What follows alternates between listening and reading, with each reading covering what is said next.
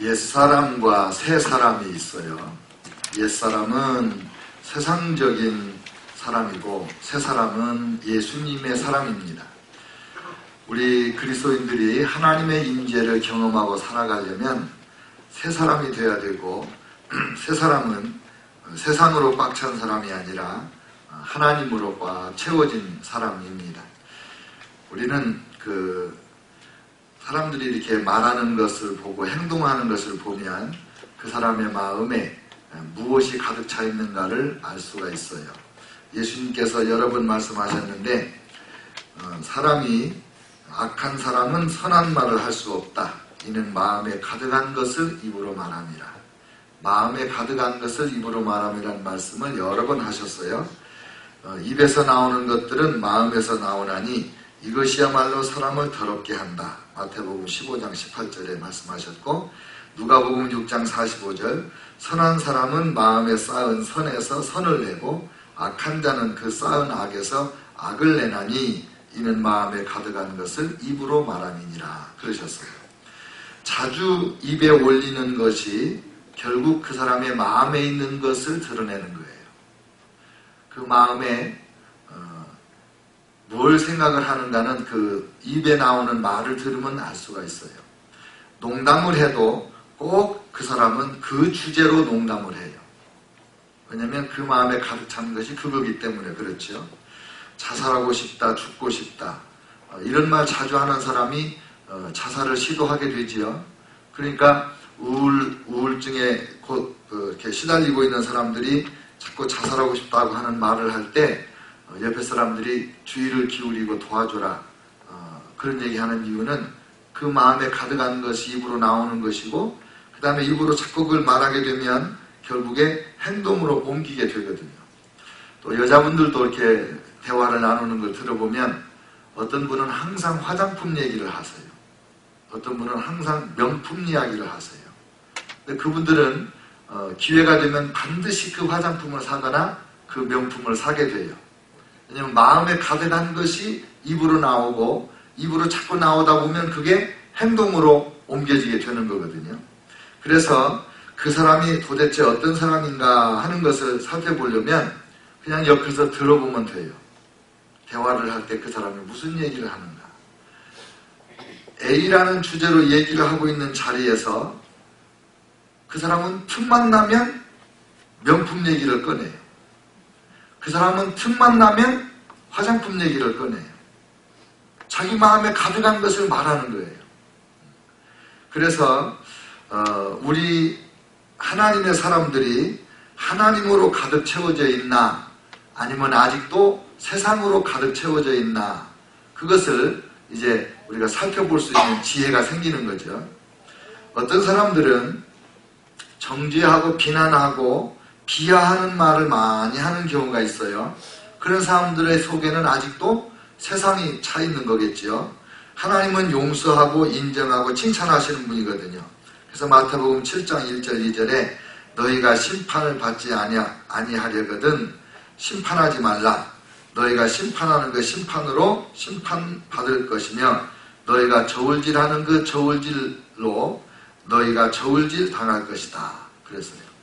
그러니까 우리가 아직도 하나님으로 충만하지 않은 모습을 내가 드러내는 거죠. 만약에 남을 자꾸 정죄하고 비난하고 이런다면 그럴 때마다 얼른 내가 아직도 이 세상이 내 안에 있구나.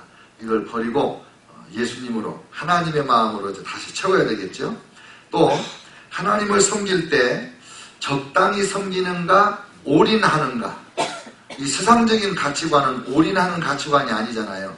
직장 생활을 해도 그렇고 뭘 해도 그렇고 적당히 이렇게 나한테 유익이 될 만큼만 이렇게 헌신하려고 그러지 조금도 더 희생하려는 생각이 없잖아요. 그게 지금 이 세상적인 가치관이고 대부분 사람들의 그 지혜라고 생각하는 거잖아요. 그런데 하나님을 섬기는 사람들에게 성경이 가르쳐주고 도전하는 말씀은 뭐냐면 올인하라는 거거든. 전심전력해서 하나님을 섬기라는 거거든요. 근데 여러분 어정쩡한 자세가 있을 때 많이 다쳐요.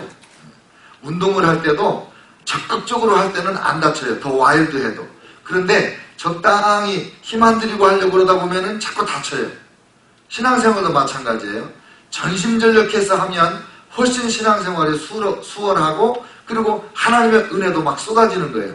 근데 적당히 하려고 그러면 자꾸 이렇게 불편한 일이 생겨나는 거예요. 그래서 하나님으로 가득 찬 사람은 올인한다. 하나님의 일을 할 때 전심전력한다. 그런 걸 보겠지요. 그 다음에 상처받은 마음이 다 있잖아요. 우리 누구나. 그런데 아직 하나님으로 충만한 그런 은혜에 들어가지 못한 분들은 어떤 성향이 있냐면 그 상처를 자꾸 더 견고하게 만드는 성향이 있어요. 그래서 요새를 만들어버려요. 그 성경 말씀에 모욕을 당한 형제의 마음은 요새보다 정복하기 어렵고 다툼은 요새의 빗장같이 마음을 닫게 한다. 자꾸 다툼을 일으키고 왜냐하면 모독을 당했으니까 상처를 받았으니까 내 상처를 건드리지 못하게 하려고 자꾸 그 요새를 만들어가는 거죠. 그러면 하나님이 그분에게 충만하게 임하지 못하는 결과를 낳겠지요. 그러나 하나님으로 충만해지면 그 견고한 요새 같은 마음들이 녹아지고 풀려지고 그래서 부드러워지고 사람들을 피하는 게 아니라 가까이 하게 되고 성경에도 보면 하나님이 기뻐하는 금식, 하나님이 기뻐하시는 금식이 뭐냐? 형제를 피하여 숨지 않는 것이 하나님이 기뻐하는 금식이라고 그랬어요. 근데 마음에 상처가 있는 사람들은 사람을 피하게 돼요. 근데 상처 건드릴까 봐. 그러니까 하나님으로 충만해지면서 이 상처가 치유되고 마음이 편안해지고 사람들을 대하기를 수월하게 하고 그런 사람이 되어야 되겠죠. 또 세상적인 가치관은 외모를 중시하지요. 하나님은 마음을 중시하지요. 그러니까 우리가 내가 세상으로 충만한가 하나님으로 충만한가를 지금 진단해 보는 거예요. 그리고 세상은 경쟁 사회이기 때문에 우리가 계속해서 경쟁하는 훈련을 배우잖아요. 어려서부터 학교에서부터. 그러니까 점점 경쟁을 하고 경쟁을 할 때는 앞에 가는 사람은 잡아 당겨서 뒤로 밀고 그리고 내가 나가야 되고 이런 교육을 평생을 하면서 교회 오면 그렇게 하지 마라, 사이좋게 지내라, 서로 섬겨줘라 이러잖아요. 그러니까 이게 평생 학교 다니면서 배운 거하고 하나님의 말씀으로 배워서 서로 내가 낮아져야 되고 내가 죽어져야 되고 다른 사람을 높여줘야 되고 이게 부딪히는 거예요. 그래서 하나님으로 충만해진 사람이 되어야 세상에 나가서 승리할 수 있는 거고 세상 사람들이 환영하고 이러지 똑같이 살면서 그러니까 사람들이 아이고 뭐 교회 다니는 사람도 똑같네 뭐 이런 소리 듣는 이유가 그런 거거든요. 그래서 우리가 하나님으로 충만해지면 험담을 하거나 남을 깎아내리거나 비난하거나 이렇게 하지 않고 오히려 하나님을 닮아서 나를 낮추고 상대방을 높여주고 인정해주고 칭찬하고 그러는 거 아니겠어요? 근데 잠언 말씀에 이런 말씀이 있습니다. 17장 4절 악을 행하는 자는 사악한 입술이 하는 말을 잘 듣고 악을 행하는 자는 사악한 입술로 하는 말을 더 귀담아 듣는데요. 거짓말을 하는 자는 악한 혀가 하는 말에 귀를 기울이느니라. 그러니까 이 세상 사람들이 하나님으로 충만하지 않기 때문에 서로 남 이야기를 하고 그리고 서로 그 남 얘기를 들으면서 좋아하고 이게 보편적인 현상이잖아요. 근데 그런 사람은 아직 하나님으로 충만한 모습이 아니잖아요. 그러니까 우리는 그런 걸 버리고 어떻게 하든지 하나님으로 충만해져서 내가 다른 사람을 인정해주고 칭찬하고 세워주는 그런 사람이 되어야 되겠다. 그런 결심을 해야 되죠. 이제 분별이 어느 정도 되잖아요. 하나님으로 충만한가? 하나님으로 채워져 있는가? 아직도 내가 세상으로 차 있는가? 분별이 되잖아요. 그러니까 어떻게 그러면 하나님으로 나를 채울 것인가? 이게 이제 더 중요하죠. 하나님으로 나를 채우는 첫 번째 방법은 하나님의 말씀으로 내 마음과 생각을 꽉 채우는 거예요. 왜냐하면 말씀은 하나님이거든요.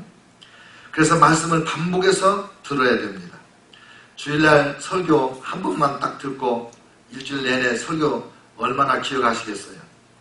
우리 성도들 가운데 1부, 2부 예배 다 드리는 분들이 여러 분 계세요. 우리 장로님들을 비롯해서. 그래서 설교를 1부에도 듣고 2부에도 듣고 그리고 또 CD를 가져가서 또 주중에 운전하면서 듣고 설교를 계속해서 반복해서 들으셔야 됩니다.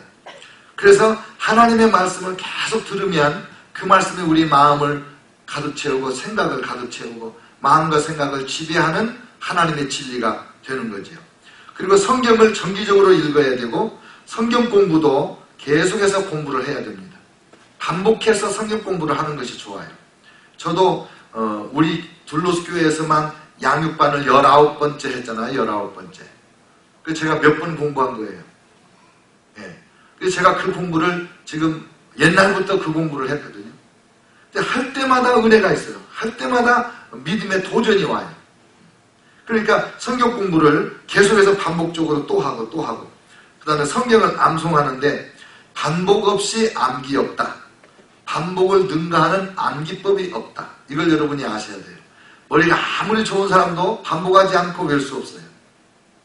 머리 좋으냐 나쁘냐 차이는 몇 번 반복하면 암기가 되냐 그 차이예요.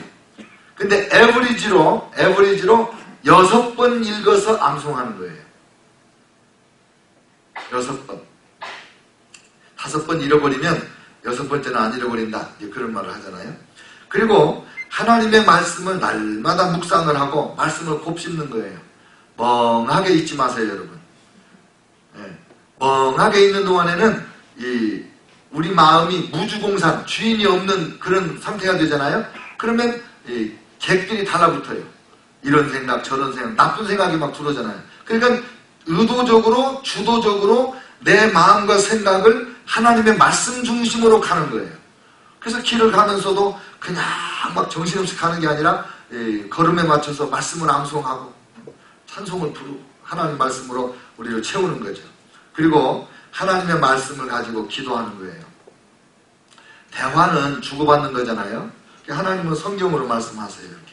그러면 성경을 읽고 나서 그 말씀을 가지고 내가 하나님 앞에 아뢰는 거예요.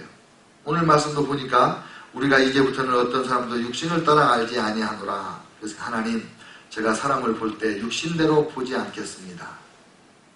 하나님이 사람을 보는 눈으로 저도 사람을 볼 수 있게 도와주세요. 이렇게 하나님 말씀하고 이렇게 하나님이 말씀하셨으니까 알았습니다. 하나님 제가 그렇게 할게요. 근데 잘 안 되니까 하나님 도와주세요. 잊어버리지 않도록 성령께서 제 마음에 감동을 주세요. 이렇게 하나님 말씀으로 대화를 할 때 양방향 대화가 되고 진정한 기도가 되는 거죠. 사람들이 기도할 게 없다고 그래요. 기도할 게 없다고. 어떤 분은 그래요. 5분이면 뭐 다 끝난다나요? 근데 하나님 건강 주세요. 돈 잘 벌게 해주세요. 우리 아이들 공부 잘하게 해주세요. 이런 말 하면 5분도 안 가지 뭐. 네. 그러나 하나님의 말씀을 붙잡고 이 말씀을 생각하면서 하나님은 그렇게 생각하시네요. 저는 그동안에 그런 생각을 못했어요. 이렇게 말씀으로 자꾸 기도를 하는 거예요. 그래서 제가 주기도문 기도, 팔복기도, 성막기도 이런 기도를 자꾸 하자고 그러는 이유가 그래서 그런 거 아니에요. 하나님 말씀을 가지고 기도를 해야 된다. 전신갑주기도 같은 거. 그 다음에 두 번째로 하나님으로 나를 채우는 비결이 뭐냐면 찬양을 계속해서 부르는 거예요. 여러분 찬송가, 복음성가 중에 여러분에게 은혜되는 찬송가, 복음성가가 가끔 있잖아요. 그러면 그 찬송을 계속해서 반복해서 들어야 돼요. 끊임없이.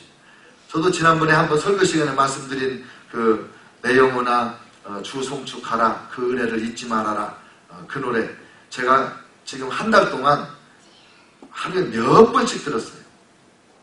하루에 몇 번씩. 이번 주에 제가 CD를 바꿔서 꽂았어요.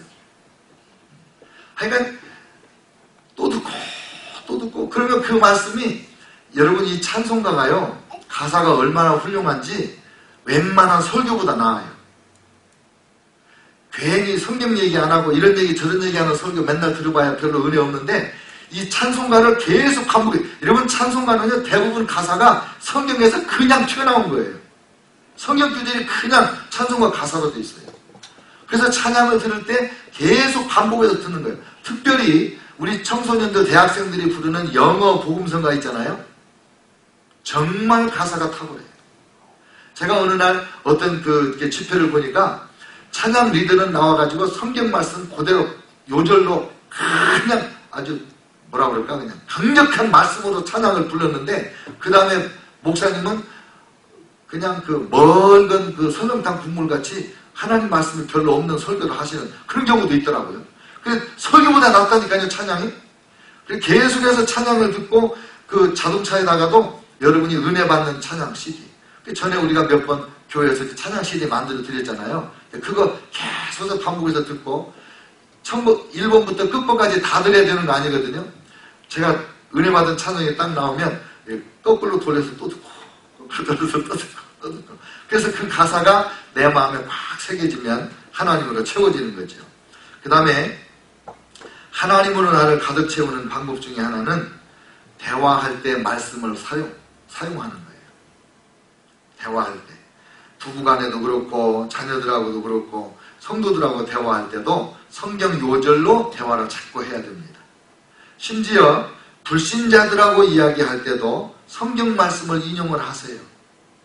아이고, 안 믿는 사람한테 우리 믿는 사람이나 성경이죠. 아닙니다.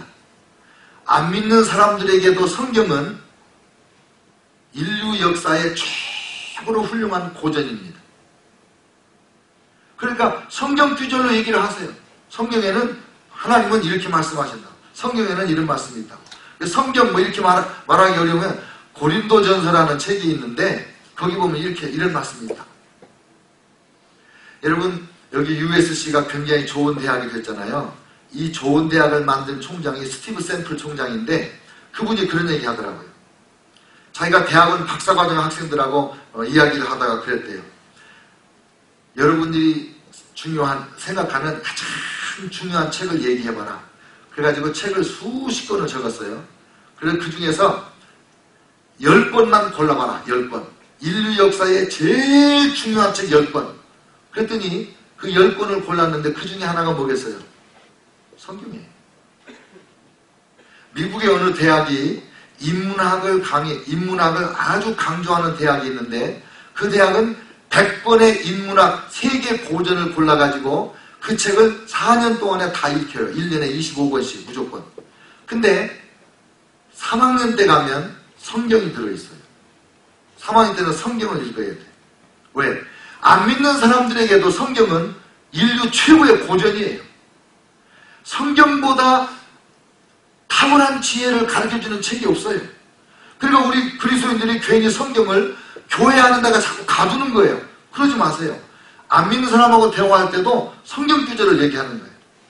누가 자꾸 이제 나쁜 얘기 하면은, 야, 사람이 마음에 가득한 걸 입으로 말한다더니 너는 계속 그 얘기만 하는 거 보니까 너 맨날 그 생각하는구나? 성경으로 대화를 자꾸 할 때 내 안에 하나님이 가득하다는 것이 하나님의 임재가 나타나기 시작하는 거죠. 그 다음에 사람을 대하는 태도에서 하나님의 태도를 나타내야 돼요. 이제 성경으로 찬양으로 이렇게 하나님 말씀에 가득 찼으면 그것이 드러나야 되잖아요. 그 드러나는 방법이 뭐냐면 사람을 대할 때 하나님의 말씀으로 대하는 거예요. 만나는 사람을 소중히 여기고 항상 인정해주고 칭찬할 말을 찾으세요. 여러분, 언뜻 보면 칭찬할 말이 안 보이는 사람도 있어요. 우리가 보통 칭찬에 인색하기 때문에. 그러나 자꾸 인정해줄 그 내용, 칭찬해줄 내용을 열심히 찾는 그런 눈을 길러야 돼요. 왜냐하면 하나님은 저와 여러분같이 부족한 사람들을 얼마나 소중히 여기세요. 그래서 하나님의 임재를 언제 경험하냐? 내가 하나님처럼 다른 사람을 소중하게 대할 때, 그때 하나님의 임재가 경험되는 거예요. 이 사람을 하나님이 어떻게 사랑하실까? 하나님이라면 이 사람에게 어떤 말씀을 하실까? 그 생각을 하고 그 말을 해주면 내 마음이 뜨거워지고 어떨 때는 내 온몸에 하나님의 성령의 열기가 막 임하는 거예요. 그래서 하나님의 임재가 나타나는 거죠. 가까운 사람을 대하는 태도가 내가 하나님의 사람인지 아닌지를 나타내는 거예요. 가까운 사람을 대하는 태도. 내 곁에서 우는 자와 함께 울고 내 곁에서 웃는 자와 함께 웃고 항상 섬기도록 그렇게 하시기를 바랍니다. 그리고 아까 이제 하나님, 세상으로 충만한가 하나님으로 충만한가 비교했던 내용들이 있잖아요. 그런 것들이 내 안에서 나타날 때마다 단호하게 거부하는 거예요. 세상적인 모습을 거부하고. 그다음에 마지막으로 한 가지 더. 예배와 봉사에 전심전력을 해야 됩니다. 하나님으로 충만한 가장 하나님을 깊이 체험할 수 있는 시간이 예배 시간이에요. 그래서 예배를 빼먹는다고 하는 것처럼 손해가 없어요. 예배를 못 드렸다? 정말 불행한 거예요. 그래서 평생 소원이 뭐예요? 주일 예배 드리는 거, 평생 소원. 제가 하나님 앞에 평생 소원으로 주일 예배 드리기를 원했는데 지금까지 수십 년 예수 믿으면서 주일 예배 2번 못 드렸다고 제가 그랬잖아요. 주일 예배 드리는 게 하나님의 은혜예요. 예배를 드릴 때 어떤 목사님은 이만신 목사님, 돌아가신 우리 성결교회 최초의 교회가 중앙성결교회인데 그 교회 담임 목사님 하시고 돌아가셨는데 그 목사님은 우리 신학교 1학년 때 와서 부흥회 하시는데 뭐라고 얘기하냐면 자기가 목사 된 이유는 딱 하나래요. 주일 성수를 하고 싶어서 목사가 됐대요. 직장 생활을 하는데 주일 지키기가 그렇게 어렵더래요. 그래서 내가 평생 주일 지키기 위해서라면 내 직업을 바꿔야 되겠다. 어떤 직업이 좋을까? 고민하고 기도했더니 목사가 되면 주일을 어길 일이 없겠더래요. 그러니까 이 주일 예배가 그렇게 중요한 거거든요. 하나님을 가장 깊이 체험할 수 있는 시간이고 말씀 듣고 기도하고 찬양하고 성도가 함께 교제하고 그리고 주일 예배를 드릴 수 있고 금요 예배, 새벽 예배 예배를 잘 드릴 수 있도록 하기 위해서 이 교회를 잘 섬기는 거예요. 교회에서 뭐 밥도 하고 뭐 이런 것 저런 거 다 하지만은 그 모든 것들이 무엇을 위한 것인가? 성도들이 하나님 앞에 최고의 예배를 드릴 수 있는 환경을 만드는 거죠. 더 많은 사람들이 와서 이 예배를 드릴 수 있도록 우리가 섬기고 봉사하는 거죠. 왜? 예배야말로 하나님이 가장 기뻐하시는 것이고 예배하고 교회를 섬기는 것이야말로 하나님께서 최고로 복 주시는 거예요. 우리 서희성 목사님이 담임 목사 됐다고 그랬잖아요. 그래서 첫 주일 예배 딱 드리고 나서 그 페이스북에다가 자기네 교회 표라고 올려놨어요. 예배에 생명을 거는 교회. 그렇게 써놨어요. 예배에 생명을 거는 교회. 왜냐하면 이 예배를 통해서 하나님으로 내가 채워지고 예배를 통해서 하나님의 모든 은혜와 능력을 내가 체험을 받고 예배를 통해서 내 안에 있는 세상적인 모습들을 다 밀어내는 거예요. 그리고 예배를 드리고 나가면 이제 드디어 내 안에 계신 하나님이 나를 통해서 살아가시는 거죠. 그래서 하나님의 임재가 날마다 내 안에서 드러나는 거죠. 하나님께서 저와 여러분을 통해서 영광을 받으시기를 주의 이름으로 축원합니다. 하나님께서 저와 여러분의 마음과 생각, 입술의 언어, 행동, 그리고 교회를 섬기고 예배를 사모하는 이 모든 일을 통해서 하나님의 임재만 나타나기를 주의 이름으로 축원합니다. 주의 삼창하고 기도하겠어요.